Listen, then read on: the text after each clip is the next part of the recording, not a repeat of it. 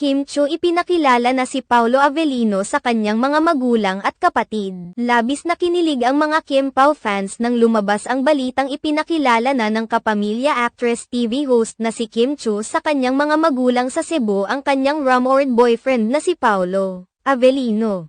Naging laman ng mga usap-usapan ngayon ang pagpunta umano ng rumored celebrity couple na sina Paolo Avellino at Kim Chiu sa Cebu para magbakasyon at para na rin bisitahin ang pamilya ng aktres. Ayon sa ilang mga haka-haka na kumakalat sa social media, iniharap na ni Kim Chiu si Paolo Avellino sa kanyang mga magulang at kapatid. Pinatutuhanan naman ito ng ilang mga netizens na sinasabing nakasabay nina Kim Chiu at Paolo Avellino sa airport na talagang pa-Cebu umano ang dalawa para pansamantalang magpahinga sa showbiz matapos ang taping nila sa local adaptation ng South Korean hit series na What's Wrong with Secretary Kim. Samantala, ikinagulat naman ng ilang mga netizens ang pananahimik ni Kim Chiu sa social media sa mga lakad nila ni Paolo Avellino, gayong kilala naman ng lahat ang aktres na maingay sa mga social media o personal man na buhay.